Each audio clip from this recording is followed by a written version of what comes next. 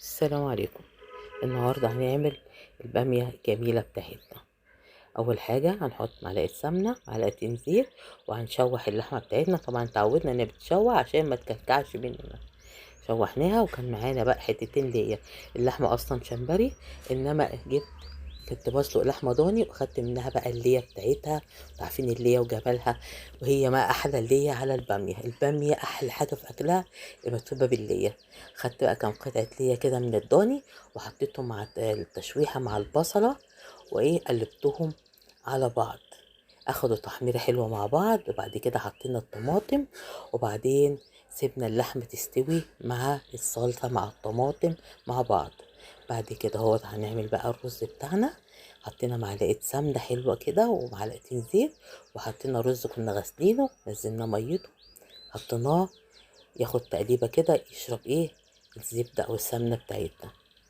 نكونوا محضرين المية السخنة بتاعته، نحط عليه الملح بتاعه ونسيبوه يتشرب دقيقتين بالظبط، وهتلاقيه يتشرب الرز معانا. قبل ما يتشرب خالص وهو لسه فيه المية بسيطة بنكون مدينه تقليبة وحتة سمنة كده حلوة على الوش، ونديله تقليبة. ليه؟ عشان تخلي الرز يلمح كده ويبقى حلو معانا. كده احنا خلاص اهوت كده بدأ يتشرب. معلقة سمنة حلوة كده على الوش وتقليبة حلوة، ونغطيه بقى ونسيبه يكمل سواه. طبعا في الوقت ده احنا كنا حطينا البامية بعد ما اللحمة استوت، والبامية بدأت كمان تستوي اهي معاهم.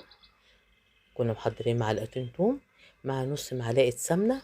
ليه؟ لأن طبعا البامية فيها ليا وفيها السمنة بتاعتها في الأول، فهيبقى يعني ايه، تبقى يعني الإيدين بتاعها ياما. فأنا محطناش توم يعني دام ياما على التومة. كده حمرنا التومة بقت لونها دهبي جميلة.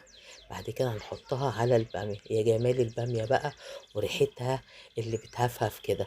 لو عندك بقى 100 رغيف هيخلص ما شاء الله. البامية أحلى حاجة فيها كمان بالعيش والليمون. ما شاء الله ما شاء الله هتبقى روعة. خلاص البامية بتاعتنا خلصت، ولا أروع من كده.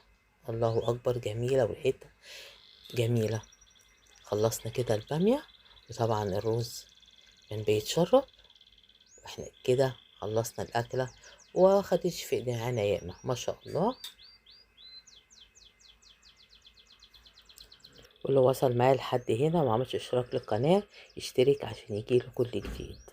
ويا ريت تقولولي البامية دي عندكم اسمها ايه؟